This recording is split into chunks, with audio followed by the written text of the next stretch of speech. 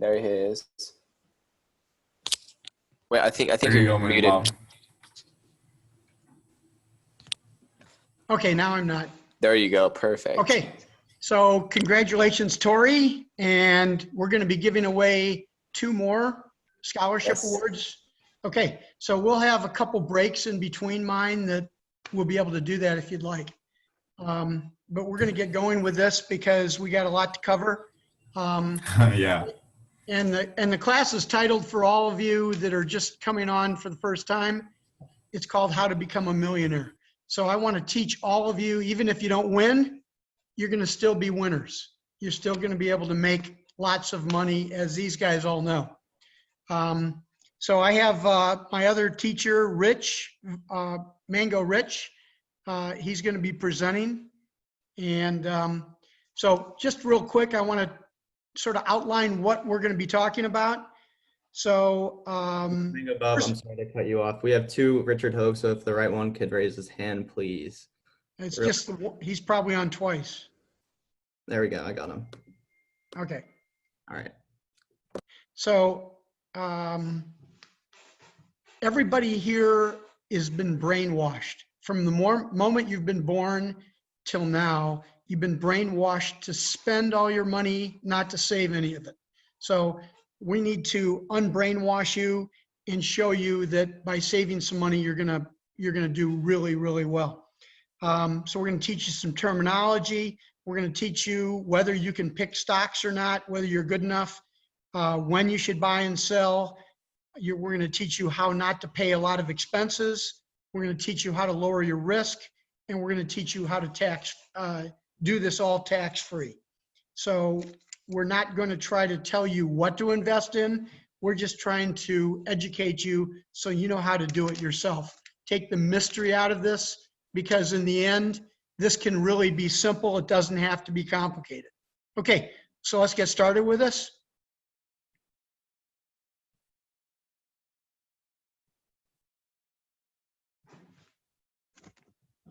So you want to click it, Rich? Okay, so we're going to start out by talking about the 3 different types of investments that are available to you, available to pretty much anybody. One is obviously your bank account, which is basically loaning your money to the bank, a savings account. Another one is a bond. That's like a U.S. savings bond. Some of you may have gotten those when you were, just small kids and your grandparents gave it to you instead of a gift. And then the other third one is a stock. So stock is the mysterious one. That's the one that most of us don't really understand very well. You can be scared of it, but honestly, stocks are ownership of companies. So they're ownership of really great companies like Apple and Amazon and Google and Netflix and Disney and Walmart and Coca-Cola and on and on and on. So what we're going to teach you is the actual safest and best investment for most of you is going to be stocks, not savings account and not bonds. So we want to own something instead of loaning money to the bank or loaning money to the government or to a company like Coca-Cola. So one of the things that Mr. Hoag and I have both figured out after a long time is that if you really want to become a millionaire, which is what we're trying to teach you how to do, you need to learn how to double your money quickly. And the rule of 72 really helps us to do that. So what we do is it teaches us that depending on what you invest in, it's going to take a different number of years to double your money. So if we take a savings account, which the return on a savings account is 0.01%. Okay, you might be able to get a little bit better, but for most banks, that's what they're going to pay you. Bonds is going to be 4% return on average, and stocks is going to be 9% average. So poor people invest in banks. They earn 0.01%. People that are rich, they put most of their money in stocks because that earns them like 9%. So if we take this rule of 72, which is X equals 72 divided by Y, and if Y is the return on your investment, So we divide 72 by whatever these returns are. That will give you the number of years to double. So 72 divided by 0.01 takes us 7,200 years to double your money once. Okay? That's for a savings account. Obviously not a good choice. But if you have a bond, it's 72 divided by 4. That's 18 years to double. And then if you use the stock market, that's obviously the wise choice. 72 divided by 9. It only takes us 8 years to double our money. So we're going to take those years to double and figure out, is this really going to work for you guys? If you guys are in high school or maybe even in college or even just out of college, we're going to figure you probably have another 60 to 64 years to invest. So let's go to the next page. So if we took a $5,000 investment, one $5,000 investment, and we doubled it, okay? And so if you had 64 years to invest and it doubled every 8 years, that gives us 8 doubles. So let's take that one $5,000 investment, double it 8 times and see where it gets us. Well, the first double is 10,000, then 20, then 40, then 80. So halfway through, we went from 5,000 to 80,000. Not even close to being a millionaire, but it's on the way. Watch what happens with the same time span over the second 4 doubles. So the 5th double gets us from 80 to 160,000. The 6th double gets us to 320,000. The 7th double gets us to 640,000. And the 8th and last double gets us to be a millionaire, $1,280,000. And how much do we invest altogether? $5,000. Okay, so 5,000 will lead us to becoming a millionaire. And the secret is not how much we're investing. The secret is how long we're investing. The sooner you guys get started, the sooner you're going to get to be millionaires. Okay, next page. So we have a couple terms we have to talk about. So one is diversification. So earlier I said, we're going to show you how to pick stocks. Well, we're actually not going to show you how to pick stocks because picking individual stocks is way too difficult. Instead, we're going to diversify. We're going to get a whole bushel basket full of stocks. And my suggestion is 500 stocks. So you're going to be able to buy a thing called a mutual fund. It's an investment that is really well diversified because it has 500 companies all together in this one investment. Okay, the second term is risk. So risk is not the chance of losing all of our money, as I'll show you shortly. It's actually how much your investment changes in value from one year to the next. Does it go up and down like a yo-yo, or does it just go very gradually? And we're going to show you that if you want to become a millionaire, you do indeed have to take some risk. But if you understand the volatility, it's much easier. Okay, the next page. So we're going to teach you, instead of buying individual stocks, we want you to buy a mutual fund. A mutual fund has 2 things going for it. Number 1, it's managed by a professional manager.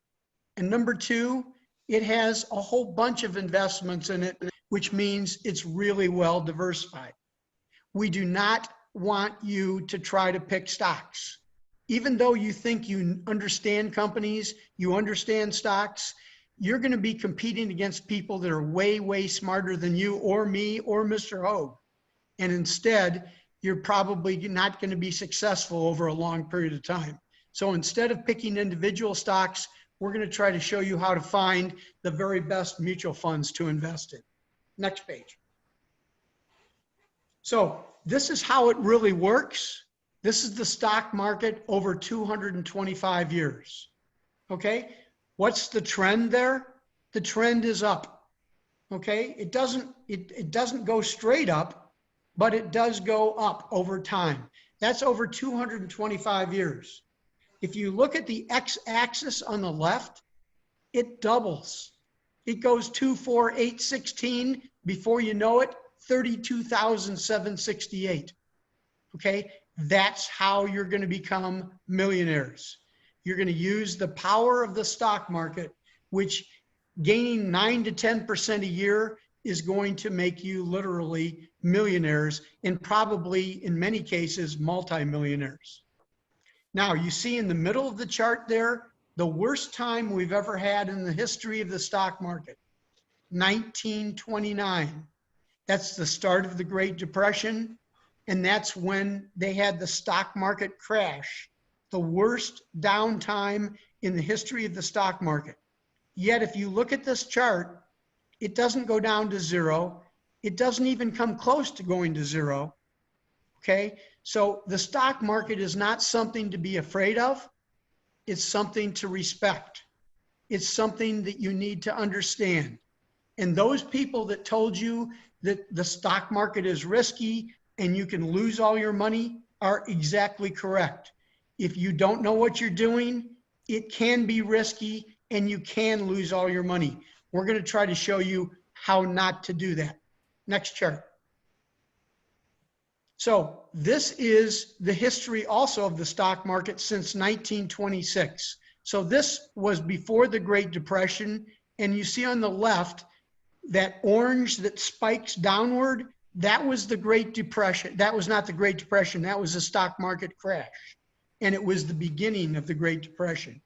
But if you see right after that, the stock market went up for a long period of time. It took a while, but it got all the way back up to where it was, and then it went way higher. The purpose of this chart, the blue is called a bull market. Bull market is when the stock market is going up. That's when we're making money. The brown is called a bear market. That's when the stock market is going down, and that's where you lose money. But if you look at it, the blue greatly outshadows the brown. In fact, the average bull market, which is in blue, lasts 9.1 years. That's the average. And it makes you an average of 476%. If you look at the bear market, the average bear market only lasts 1.4 years. And you can see that in the brown. It isn't nearly as wide as the bull markets are. And you only lose on average 41%. So when the market is going down, what the takeaway from this chart is, don't despair, just be patient, because the market will correct itself eventually. And it usually doesn't take more than a year or two. Okay, next chart. So we're going to give you an example of how you guys can become millionaires. Hey, Bob. Okay? Yes. I think I loaded the 3-hour version, so we may have to skip over some slides here to get done. Okay. So the brothers are the Ben and Arthur brothers. They're started at age 19. And basically, I'm going to show you that one of them started investing at age 19. The other one waited until he was 27. Okay. And if you look at the next chart, you're going to see that while the first brother only invested $16,000, but he started early, he's going to be way ahead of the second brother who invested $2,000 a year for 39 years. So even though the second brother invested 4 times more money, he ends up with 50% less. Why? Because Ben started early. Ben ends up with $2.25 million, Arthur with $1.5 million. Okay, next chart.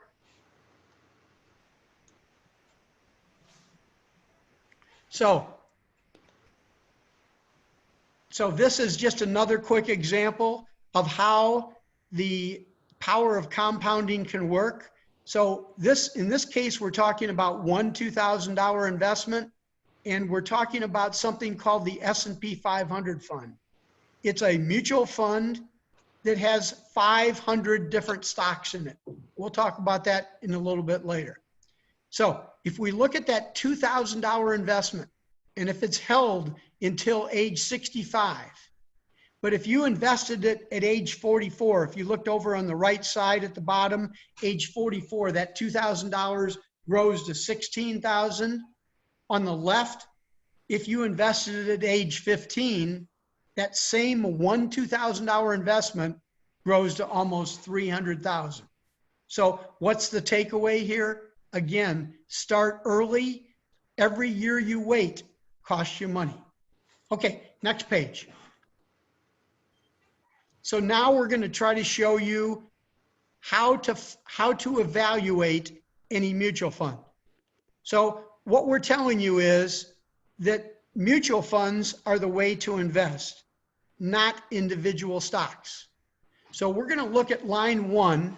Each one of these lines is one investment. So POAGX is the abbreviation for a mutual fund called Prime Cap Odyssey Aggressive Growth Fund. Okay? And if we look at that, it's going to show us that we're going to look at the first website, which is Morningstar. So if you guys have a laptop at home that you can use, you're probably using it for this conference, but we will show you how to evaluate any mutual fund. And this information is going to be on the FinMango website. You're going to have access to it. So you guys can follow up on this and remind yourself how you got each one of these pieces of information. So the first piece of information, we're going to type in POAGX. Again, that's the abbreviation for this mutual fund. The name of it is the Prime Cap Odyssey Aggressive Growth Fund. We're just using this as an example to see how good this fund is or isn't. Okay, we're going to click on that hyperlink underneath it, and it's going to get us a bunch of information about this fund.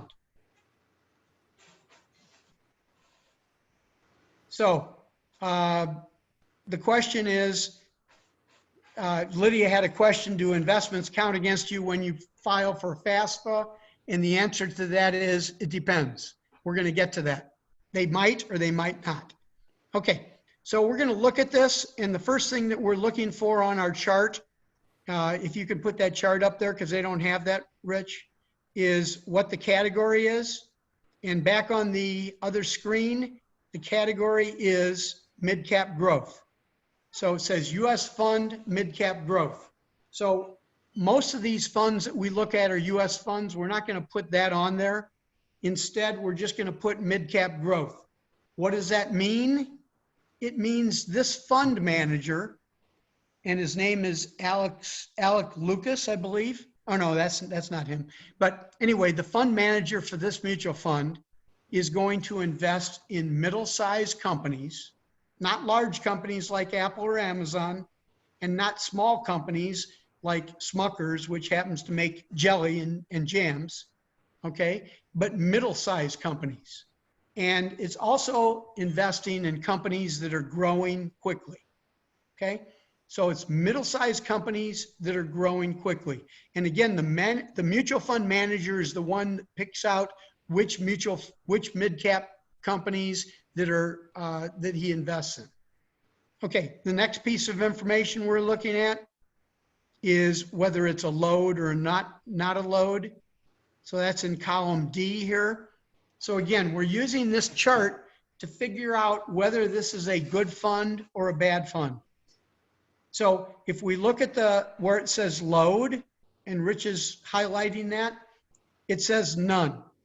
So one of the secrets of investing is keeping your expenses as low as possible, okay? There are two basic expenses. One is a sales load, and the other is the expense ratio. So the first one, the sales load, is basically a sales commission. A load is called a sales commission, okay? And that's just paying the middleman to sell you the fund. If you can buy this fund directly from PrimeCap, which you can eliminate that middleman and not pay that extra fee. I try to pay as few and little fee as I can. This is a fee you can completely eliminate by just buying no load funds. So you're going to write down no load or none in column C or D. Okay, that's going to save you a lot of money. Now we're going to go to the second of the two expenses, which is the expense ratio. Okay, this is how the mutual fund company makes money. So on the chart, it says keep below 1%. And as you can see on the website, it says under expense ratio, it's 0.64%, which is well under 1%. Why do I say 1%? It's just it's an area that I think is a fair amount of money to pay for a mutual fund, up to 1%. If it's over that, I think it's excessive. So I try to buy all no load funds, and I try to keep the expense ratio, which is how they pay their manager, how they pay their overall annual expenses. It has nothing to do with the manager as far as the quality of the manager. It just means that that's how much they're going to use to run the fund. And this is 0.64. Now we're going to go over to the performance part of it. And when we get on our website here, on the Morningstar website, we're going to click on where it says performance. When we click on that, that's going to get us to a page that's going to have all of the returns on it. So if we slide down here, it's going to show us the trailing returns, and it's going to give us, what did this fund do today? What did it do this last week? What did it do last month? What did it do for the last 3 months, the year to date, 1 year, the 3 year, the 5 year, and the 10-year average returns? So what we're going to ask for on our chart is the 1 month return, the 1 year return, the 3 year average return, the 5 year average return, and the 10-year average return. So Rich has already filled those in. And what that is telling us is that over the last 10 years, this fund has averaged 15.71%. Okay. So we're going to now go to what we're going to look for. And when we look at those returns, we have to compare them to something. We want to know, how well is this fund doing for us? Is it making us money or not? And what it's going to do is it's comparing us to, we're comparing it to 9%, which again was the average return for stocks, 9%. So if we looked at that 10-year average return, it's 15 point something, which is, well, it's 50% more than the average return for a stock, which again is doing us very good. It means that we're going to get to be millionaires actually 50% quicker, okay? Because we're using 15% divided by the 72 instead of 9.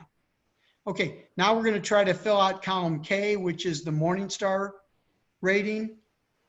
And the Morningstar rating in this case is 3 stars. Everybody see the 3 stars up there? So 5 is going to be the best rating. 1 is going to be the worst rating. Okay, so it's telling us that this is a pretty good fund. It's not the best fund out there, but it's a pretty good fund. So we're done with our first website analysis. We're going to go to our second one. We're going to switch websites to the money.usnews.com/fund or /fund website.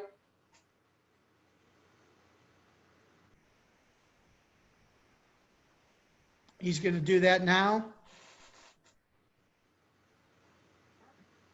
I keep getting something popping up on my screen. I can't get to it. Go over to the right from where you are. Right there. Okay, so now we have the money.us news website. So this is going to give us some more information about this fund, because remember, we're trying to evaluate it and see if it's a good fund to invest in or a bad fund to invest in, or just sort of average. So we're going to click on that hyperlink that comes up underneath it.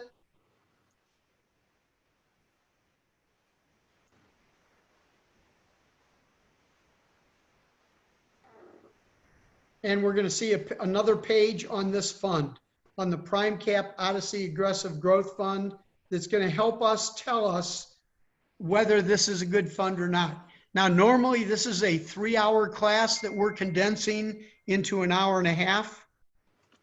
So it's a little bit quick here, but we're trying to get through this for you.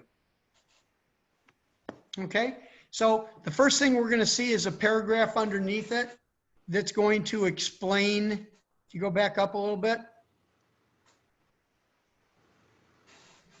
it's going to explain the fund right there about POAGX.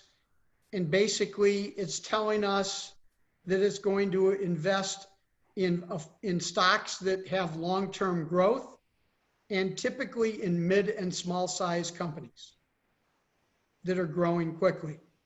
So if we go down to the rankings, okay, so this is going to tell us normally that the fund is ranked at a certain position. Today, all of the rankings were not posted for some reason. And I believe that this fund has a, what was it, a 43, Rich? 48.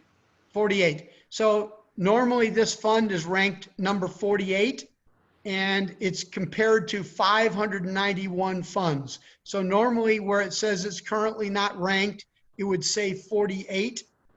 And that's, so that would have a, it would say number 48 ranked. And it would say that that's compared to 581 like-sized mid-cap growth funds. So that would put it in the top 10%. Okay. Okay.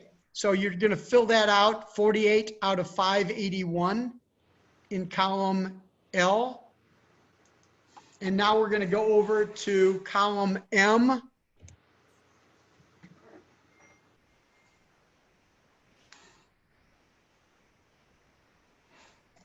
So column M is going to give us another of our experts.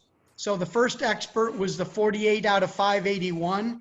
And these are evaluations. Actually, it's the third one of our 4 evaluations. The first one was our 3-star Morningstar rating. The second one was 48 out of 581. And the third expert, which is Lipper, is going to tell us how good they think the returns, the consistency of the returns, and the expenses are. And the return, so the circles to the right of where it says Lipper are 5, 5, and 5. So we're just interested in the first circle, the second circle, and the fourth circle. The third circle and the fifth circle have to do with whether you're an active trader or not active traders. And the fifth circle is whether you pay taxes, and I'm going to show you how not to pay taxes. So we're just interested in the first, second, and fourth circles, and those are 5, 5, and 5. Okay?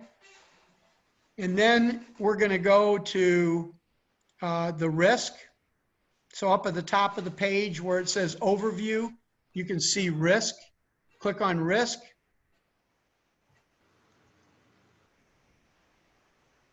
And we're going to go down to where it says standard deviation. That's going to be our risk measure. And the risk measure is 18.46. You're going to put that in column N. And at the top of the page there, it's going to say scale 1 to 40. So this is going to tell us if it was near a 40, that would be a super high risk. If it was down near a 1, it would be super low risk. 18.46 is pretty much in the middle, which means it's sort of a middle risk fund. But again, if we want to make good returns, we have to take some risk. But I'm going to show you how to manage that risk so you don't have to be too concerned about it. Okay. And then the last thing that we're not going to talk about, we don't have time to talk about it tonight, is the alpha beta. And in this case, it's 1.2 over 1.39. And that's found right down below where the standard deviation was. it's 1.2 over alpha over 1.39, which is the beta. And the little I's next to those words will explain what each one of them means. Alpha has to do with performance. Beta has to do with risk. And if you read those, it will explain to you you're making a little bit higher return, a little better performance than the S&P 500 fund, but you're taking also a little bit more risk. We're going to compare every mutual fund we look at to the S&P 500. Okay, so now we're going to go to the last website, which is Fund Mojo. And if we look at that, the Fund Mojo website, we're going to type in that ticker symbol again, POAGX. And we're going to click research. And this is our last website to evaluate. We're going to click on the hyperlink coming up underneath it, and it's going to give us a grade for this fund. And the grade for this fund happens to be A+, and the manager's been there 15.6 years. So we're going to fill those in. Now, if we look at this fund, we're going to look at four things. We're going to look at the risk. We're going to look at the expenses. We're going to look at the returns. How much money can it make us? And we're going to look at the experts, the reviews. So the risk is, again, in the middle. It's 18.46 over in column N. That's right in the middle between 1 and 40. So it's sort of a medium risk. Then we're looking at the expenses. It tends to be good, low expenses. So that's no load, no sales commission, and the expense ratio is well under 1%. So we like that. Then we're looking at the returns. How much money can we expect to make? If we look at the 3, 5, and 10-year average returns, again, what are we comparing them to? 9%. The 10-year return is really what we want to see. That's telling us that over the last 10 years, we did quite well with this fund. And then the experts, the 3-star rating is average, but the other 3 experts are all telling us that this is a very good fund. So what did we learn? We learned that if somebody recommended this fund to us, it's probably a pretty good fund to invest in. Okay, so that is the first third of our course. We're going to go and take a couple-minute break. If they want to do another drawing, they can, or if they want to wait until between the second and third part of the evaluation, we can do it then. But we'll give you a 2-minute break here, and then we'll go on and we'll do some more evaluation here.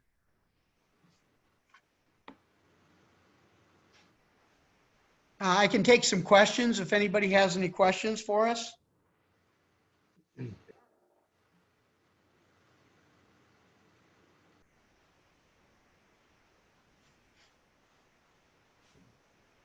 Yeah, if you guys want to submit questions to the Q&A, I can read them out loud. Whoa. Okay.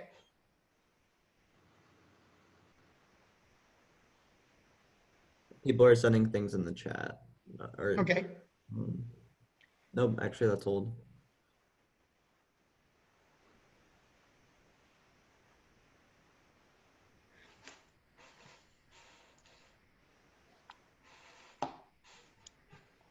So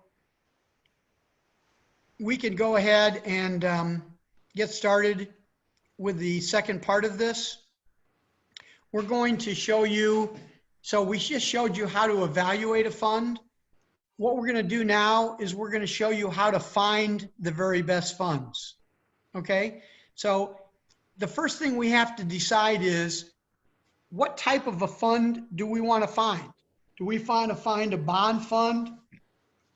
Do we want to find a China fund? Or what do we think we can make a lot of money in investing in the next 5 to 10 years? And when I'm in high schools, the first question I usually get is technology, or the first answer that they give me. Let's go into technology. How do I find the very best technology fund? And I happen to agree with you. I think technology is a good place to invest in. So we're going to show you how to find the very best technology funds. So if we go to that second website, and the second website is the money.us news. And if we go down to the best mutual funds, so we're going to slide down and we're going to look for, it says search funds. So we used that the last time when we were trying to evaluate a fund, but this time we're looking for rankings, specifically the technology ranking.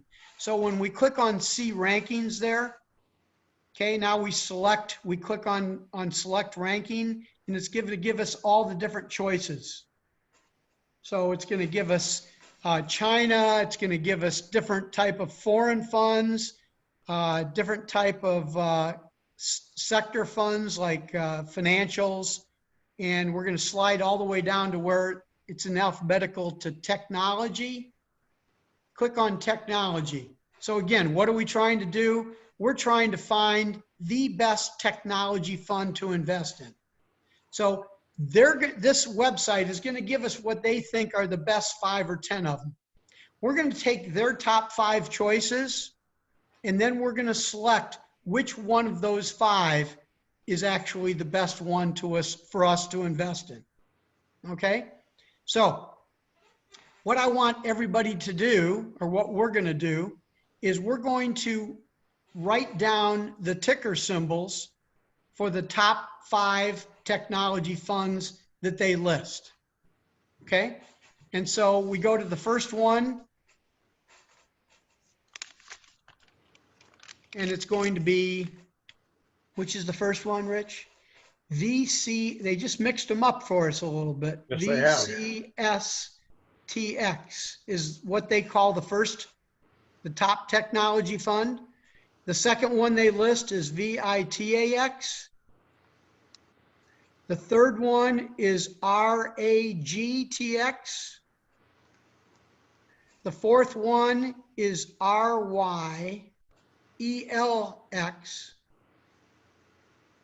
And the fifth one is ICTTX. Okay? So this will be interesting because we've never seen these 5 funds, with the exception of one of them. But we're going to teach you that the best thing not to do is to chase performance. So just because something was the best technology fund last year doesn't mean it's the one I'm going to pick for this year. Okay, so we're going to go to the MarketWatch website. If he spells it right, he'll be able to get it there. Hey, I'm an engineer. Give me a Okay, chance. okay. Take a break. Rich is a mechanical engineer, so, well, I'm sorry, electrical engineer. So that's why he can't spell very well. There we go. That's right. Okay, so again, this set of instructions on how to find the best fund, I know some of you are probably trying to take notes. It is on the FinMango website. We have a page that shows the exact instructions that we're going through right now. That page is going to be under FinVest program. Yeah, under the FinVest program. Okay, so we're going to look for MarketWatch, which is number 5 on our list of instructions.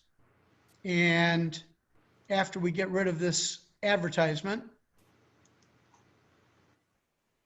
Okay, so now we're going to where that little magnifying glass on the right, upper right is. We're going to type in that ticker symbol of the first one that we found on the last sheet. We're going to click on it first. Pardon me? Yeah, click on it. Click on it first. Right, and then you're going to type in VCSTX, which is the ticker symbol for what they consider to be the number 1 fund. We're going to click on that.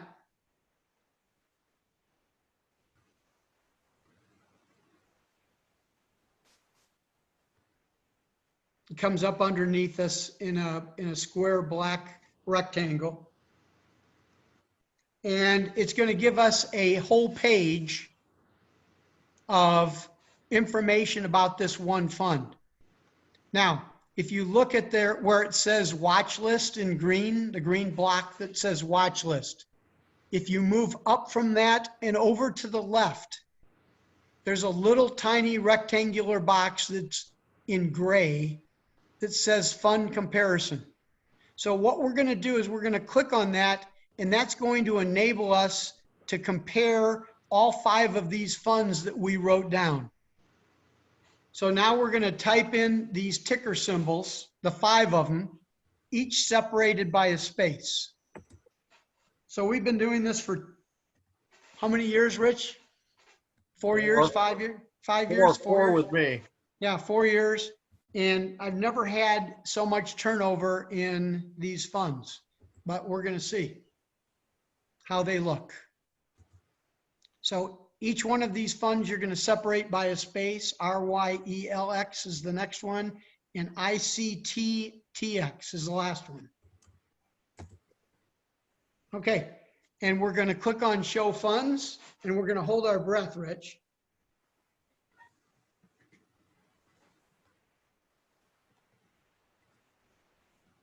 Whoops, you typed one of them in wrong. Let's see. Oh, you left out the first one, VCSTX. VCSTX, and then space, and then Show Funds.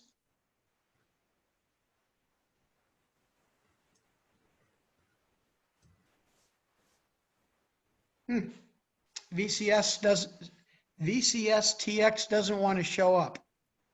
So, tell you what we're going to do, Rich. We're going to put in FSCSX instead. So that's the one of the ones that we used to use before this. And it's probably one of the 10 top funds. So click on that. Okay. So we have 5 funds listed here. And if you guys look at the 1 year, 3 year, 5 year, and 10-year returns on those 5 funds, I think you guys would be very happy to have any of them in your portfolio because they all have way higher than 9% returns for all those time frames.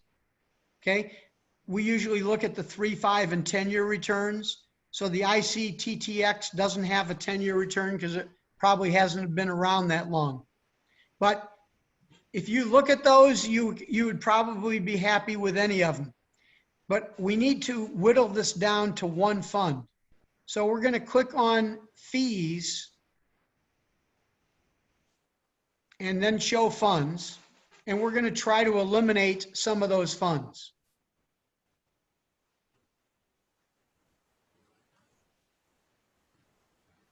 Okay, so good thing we put in our fund. So we have 5 funds up there. And I think you're going to be able to figure out that most of them aren't going to work for you guys, especially you high school students or college students. So the first thing we're going to do is eliminate funds based on expenses. Okay, so what we said is we do not pick load funds. And in this case, we have 3 funds, the last 3, that are all load funds.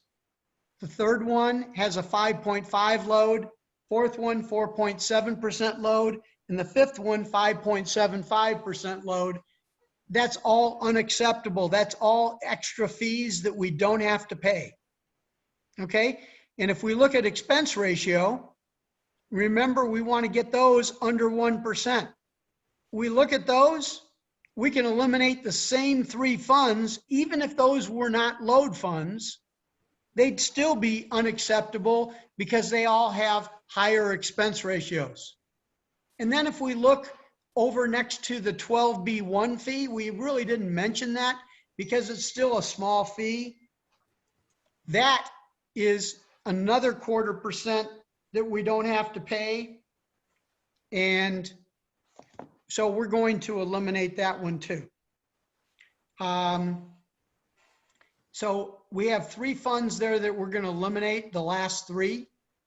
Now we're down to 2 funds. Again, what are we trying to find? The number 1 best fund. Well, there's an easy way to eliminate one of those funds, because if we look over on the right, the second fund has a minimum investment of $100,000. That's not going to work for us. Okay? So we're going to eliminate that second one, which means the first one is the one we're going to look at, and we're going to we're going to go back to returns, click on returns and show funds.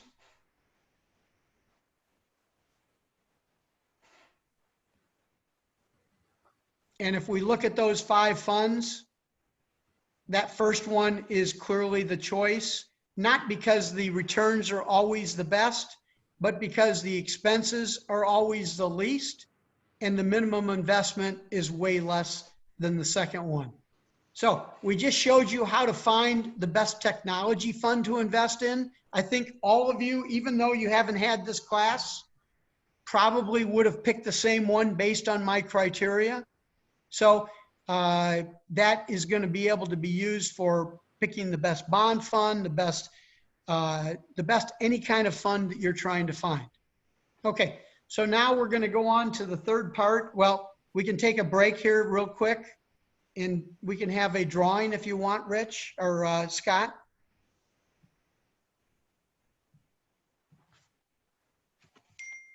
So I think that I don't think the requirements were talked about yet by. Oh, okay.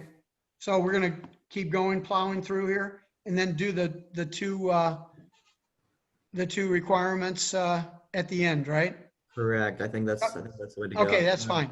Okay, Rich, you want to go back to the presentation? We're going to go on to the, so what we were looking at was technology. But if we look at this chart here, it tells us what it does is it compares each of the different sectors of the stock market. So if you put a bunch of stocks that are the same type all into one mutual fund.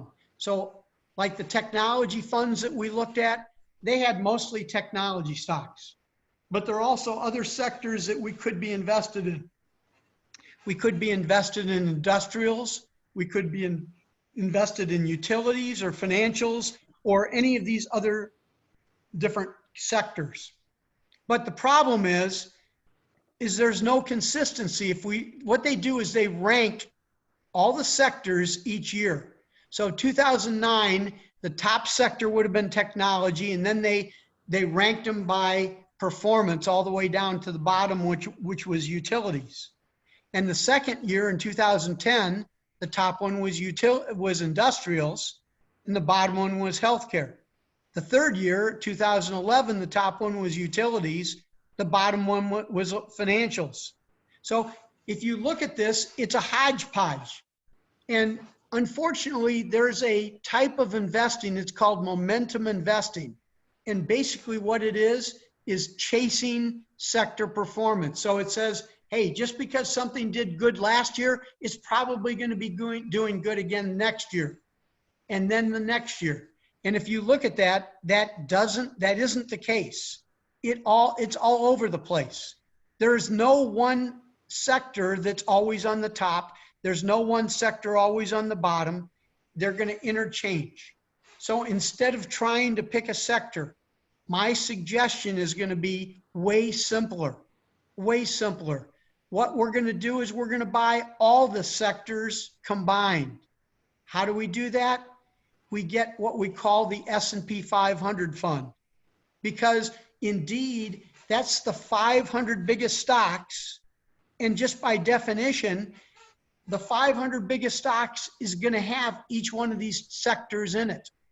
And and if you look at the S&P 500 sector on this chart, it's going to be pretty much in the middle all the way across. S&P 500, S&P 500, and you're going to see that that's a way that you're going to be able to get a very good return, probably 9 to 10% a year, and still not have to worry about it, not have to think too much, not have to be buying and selling consistently, not have to do research. This is called couch potato investing, S&P 500 index fund. The smartest investors in the world, the Warren Buffetts, the Jim Cramers, all the smart investors are pretty much convinced that S&P 500 is the smart way to go, although they don't make money by recommending S&P 500 funds. They make money by really complicated investment schemes, and that's not what we're going to suggest to all of you. So if you're going to pick an S&P 500 fund, let's look at the next page. There's a lot of them to choose from. There's probably 200 to 300 different S&P 500 index funds. What are they? Each one of them has pretty much the same stocks, the 500 biggest stocks. So right off the bat, you're going to all have in each one of these Apple, Amazon, Google, Netflix, Microsoft. Then you're going to have Coca-Cola, you're going to have Walmart, you're going to have Procter & Gamble, you're going to have Minnesota Mining, you're going to have all the big banks, all the big chemical companies, all the gold mining companies. Every different sector is going to be represented in the S&P 500. So you're going to be really well diversified, first of all, because you have 500 companies, and secondly, because you have all the different sectors. Okay, so you don't have to think about it. All you have to do is buy an S&P 500 fund. But if you have the same 500 companies, you would think you'd have the same returns. If you look at those 3-year returns, they're all different. They're similar, but they're all different. What makes them different? It's the last column, the expense ratio. So early on, I said expenses are important when you're investing. You want to keep your expenses as low as possible. Okay, so what we're going to do is we're going to try to find the fund that has the lowest expenses. And if you look down the expense ratio sheet, there is one that has almost a 0 expense ratio.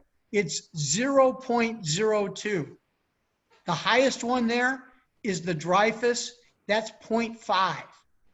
There are people that will invest in an S&P 500 fund just because that's what it is, an S&P 500 fund, and they think they're getting the same return no matter what they invest in. But if they compared, if you look at the one with the lowest expense, the 3-year average return is 15.87. The one with the highest expense is 15.25. And if we compare the expense ratios, it's about that difference. 0.5 minus 0.02 is about the difference in the performance as well. So why should you invest in the lowest cost one? Because that's typically going to be the highest performance one. Why invest in one that we know year in and year out is going to give us a lower performance? So if we look at the next page, it's actually going to show us how much money is that going to save us over time.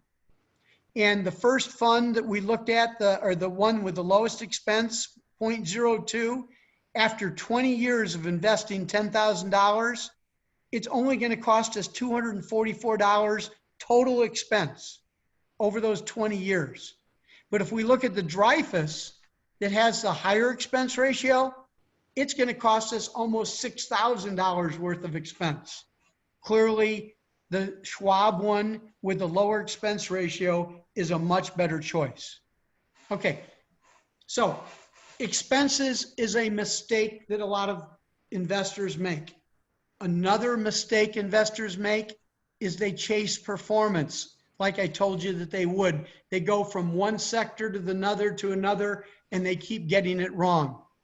Here's what the third mistake is. They try to think they can time the market. And what do? They let their emotions decide for them when they should invest and when they should sell. So here's the way it works. This chart is basically the stock market. It goes up, it goes down, and then it goes back up again, and then it goes back down again. Okay? Over time, it goes up, and it doesn't show that in this chart, but it does. That's why we invest in the stock market. But if we look at this, as the market's going up, look at what your emotions are. Optimism, excitement, thrill, euphoria.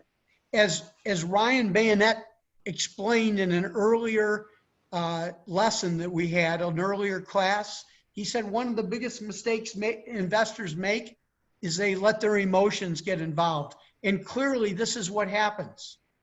The investor, as the market goes up, he gets excited. He wants to get in and get some money to invest, okay? He wants to invest in the stock market.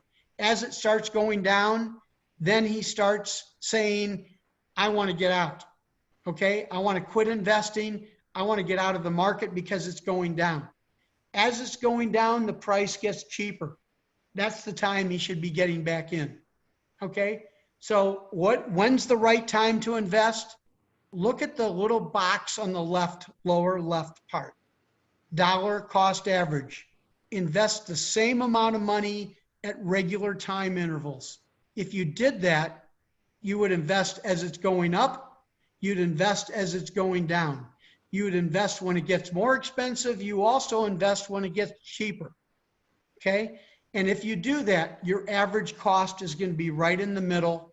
You're going to make 9 to 10% a year over a long period of time. Okay? And the other thing that you can do is if the market drops seriously, like it did in this example, maybe 20%, and you have some extra money on the side, that's a good time to pile that extra money in. Okay, let's go to the next chart, Rich. So I told you I would, and we're getting close to the end because I know a lot of you want to earn some money. So I just want to give you a couple quick ways to lower your risk. So the way that older people tend to lower their risk is they go from all stocks to all bonds. So this chart here, the black on the left is all stocks, 100% equities or 100% stocks. It says that you can make an average of 9.8% a year, but it also says you're going to take about 8.8% risk. If you go all the way over to the right, and instead of having all stocks, you start moving out of stocks into bonds, you see what happens to the risk. It goes down. So that's one way to lower your risk, but the problem is you're also lowering your return. So I'm like most people, I want to have my cake and eat it too. I want to make high returns, but I want to lower the risk. How can I do that? Look at the next chart. How did we do that? Look at the risk. It went from 8.8%, that checkered bar, all the way down to 1.3%. 1 out of 100 chance of losing any money. 1 out of 100 chance. How did we do that? We invested for a longer period of time. The first chart was for investing for a 5-year period. By investing over a longer period of time, we lowered our risk tremendously. And actually, we increased our return. And if you look at this chart, it's actually riskier if you invest over 30 years to put your money in all bonds than it is in all stocks. Okay, next page. So this is the chart that I really like because it shows us, and it shows us why millionaires love to invest in the stock market. This is a 45-year period. You see the zero in the middle. The zero in the middle means the stock market broke even. Each one of those bars is the result of the stock market S&P 500, the 500 biggest stocks for 1 year. If you look at that chart, 9 times it went down out of 45 years, 20% of the time. 36 times it went up, 36 times. 80% of the time it went up, 20% of the time it went down. So that's why you need to keep a long-term horizon. And if you invest, that's why millionaires invest in the stock market, because they know over a long period of time, 80% of the time, they're going to win. Okay? Now, let's go on, and I'm going to show you guys how to actually get started investing. So, wherever you decide you want to invest, they're going to ask you 3 questions. First question is, do you want to pay taxes on your investment, or you want to not pay taxes?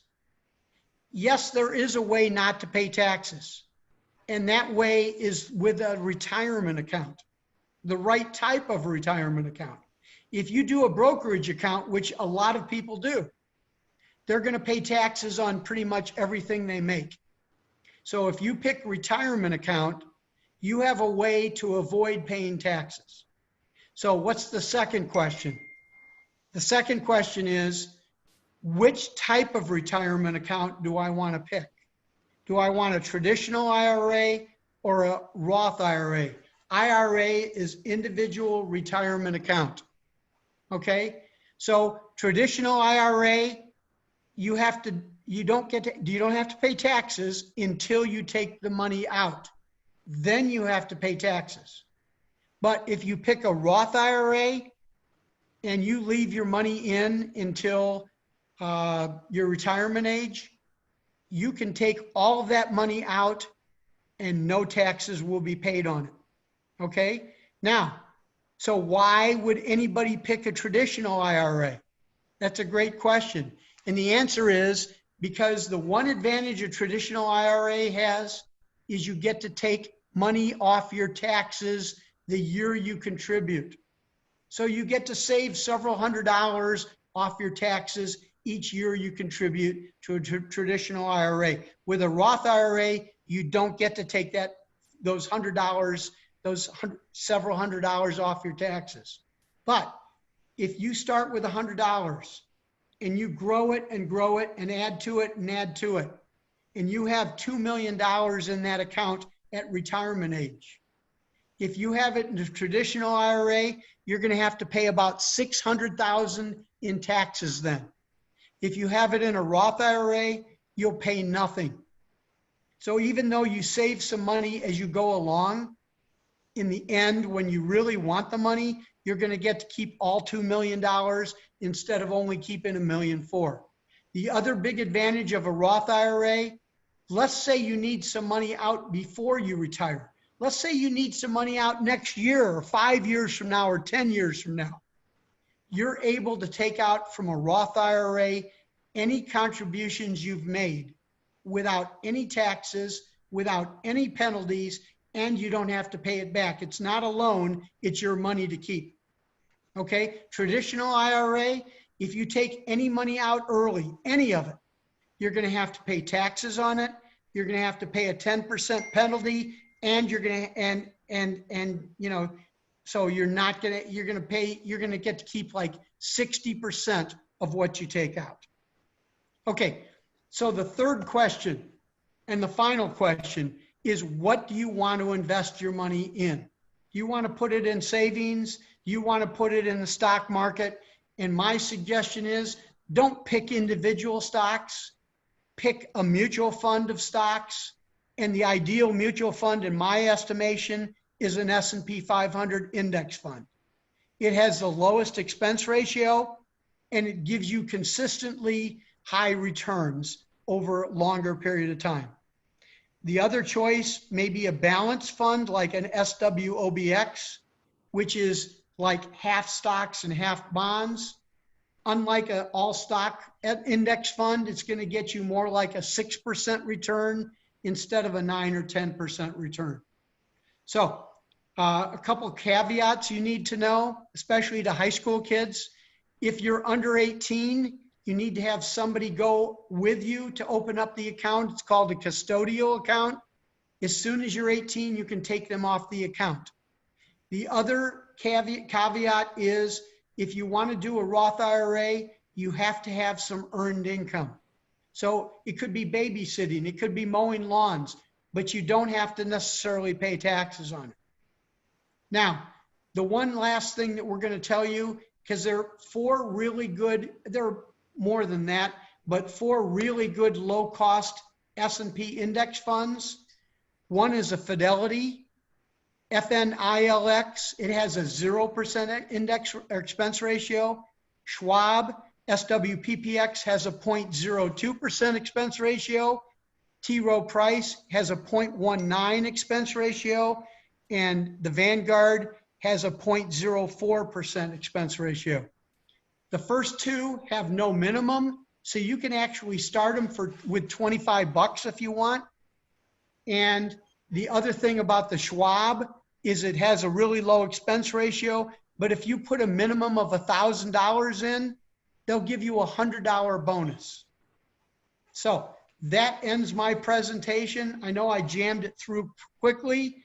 Normally, this is a 3-hour class, but I didn't have 3 hours to give to you, so I had to sort of condense it into an hour and a half. But all of this is on the finmango.com website under resources. That's Okay. .org. Finmango.org. Yeah, finmango.org website. Thank you so much, Mango Bob.